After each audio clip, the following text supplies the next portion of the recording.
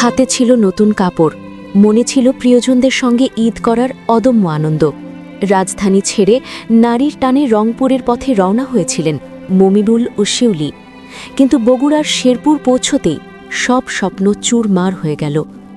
মাইক্রোবাসের গতি আর চালকের বেপরোয়া মনোভাব কেড়ে নিল ভাইবোন সহ ৩টি তাজা প্রাণ। ঈদের চাঁদ দেখার আগেই তাদের বাড়িতে এখন লাশের খাটিয়া। আর সেসব তথ্য নিয়েই প্রতিবেদনটি সাজানো হয়েছে। সঙ্গেই থাকুন।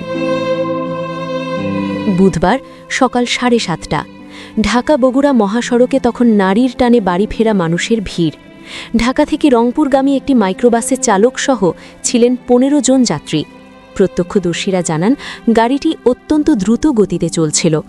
ছনকা এলাকায় পৌঁছলে চালক নিয়ন্ত্রণ হারান এবং গাড়িটি সজোরে সড়কের বিভাজকে ধাক্কা দিয়ে উল্টে যায়।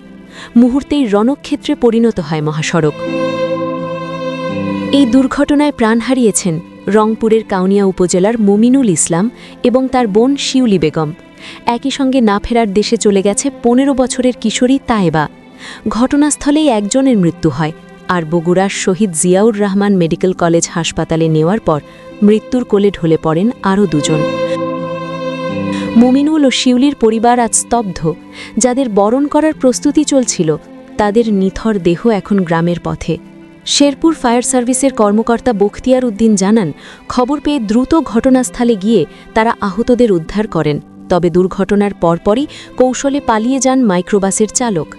হাইওয়ে পুলিশের এসআই নূর হোসেন নিশ্চিত করেছেন, চালকের বেপরোয়া গতিই ছিল এই করুণ পরিণতির মূল কারণ। পুলিশ বর্তমানে আইনগত ব্যবস্থা গ্রহণের প্রক্রিয়া চালাচ্ছে। শুধু এই 3 মৃত্যু নয়, দুর্ঘটনায় আহত হয়েছেন আরও অন্তত 10 জন যাত্রী। হাসপাতালের বেডে শুয়ে তারা এখনও সেই ভয়াবহ মুহূর্তের কথা মনে করে শিউরে উঠছেন। কারো হাত ভেঙেছে, কারো মাথায় গুরুতর আঘাত।